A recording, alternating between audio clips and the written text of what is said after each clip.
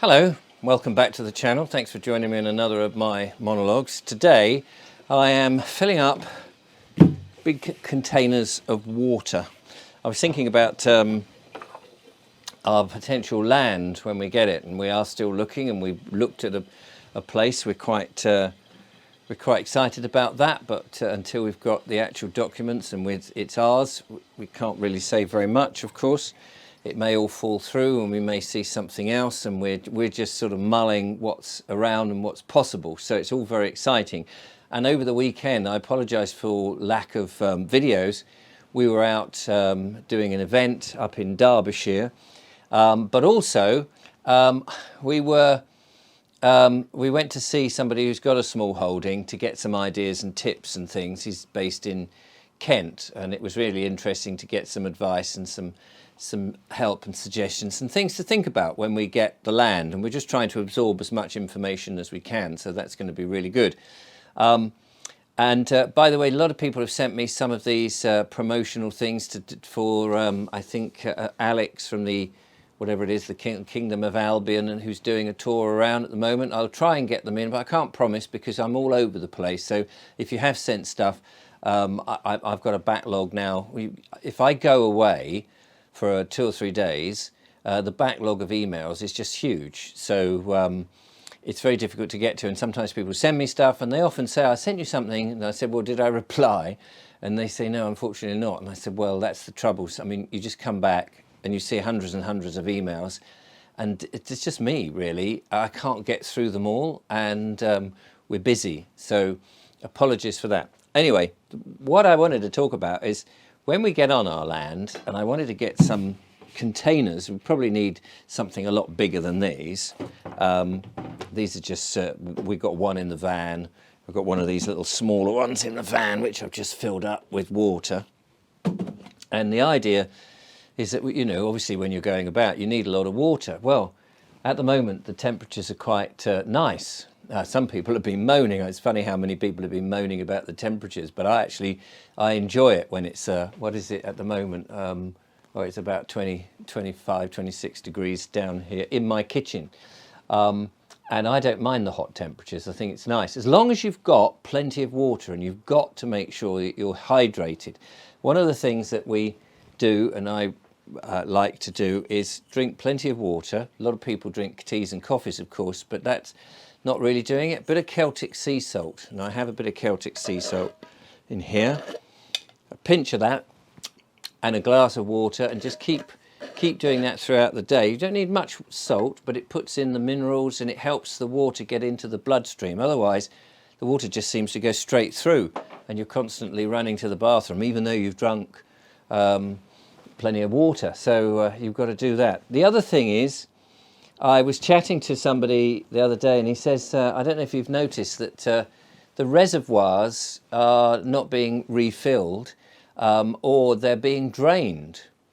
And there was this sort of suspicion. Now, I don't know, and I don't want to send out scaremongering things, but, you know, you kind of get the feeling, hang on a minute, we know they manipulate the sky, and it's almost as if they want us to have these so-called heat waves, which I don't think are heat waves, by the way.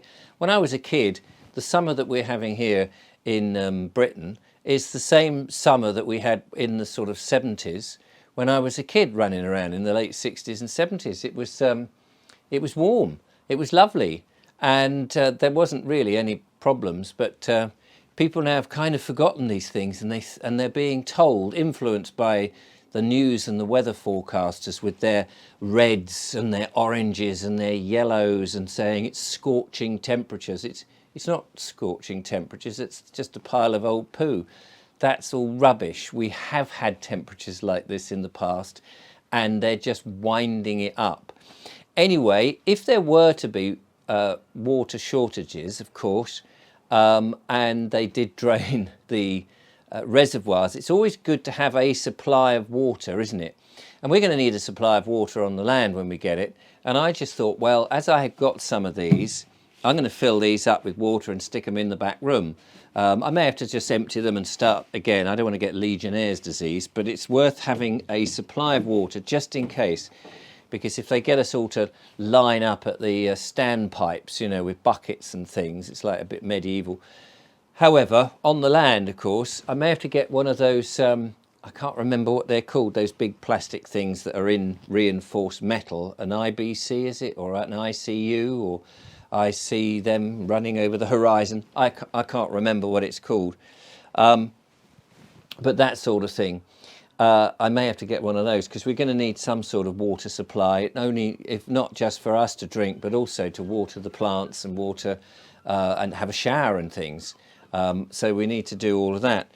I do have a reverse osmosis machine, and I do have a water distiller as well to get rid of the crap that's in the water. And I know that there are different ways of cleaning water if you can get it from a stream. And I was told some time ago it's always good to know where your local stream is, or river, or natural water source, because if they do, you know, we've got so used to having the tap and you turn it on, and it's that thing about, I often say this, taking back responsibility for ourselves, knowing where the nearest water is, because if we do need to do that, it's always useful to know where you're going to take one of these and a pan or whatever, and can take it in and clean it, because without water we are doomed, and without water the plants are doomed. So, but I was encouraged at the event that a lot of people are doing great things with growing and stuff, and we just can't wait.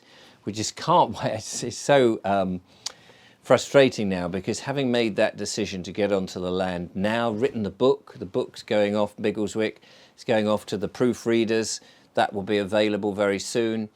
And having got that far, it's like, this is the new phase, and I feel that this is it. So I just want to get there. So yeah, we'll take some water with us, because unless there's a water supply at the place, and who knows, there may be a building there, it may just be a plain field, it may be hilly, it may be down in a valley, there may be a stream.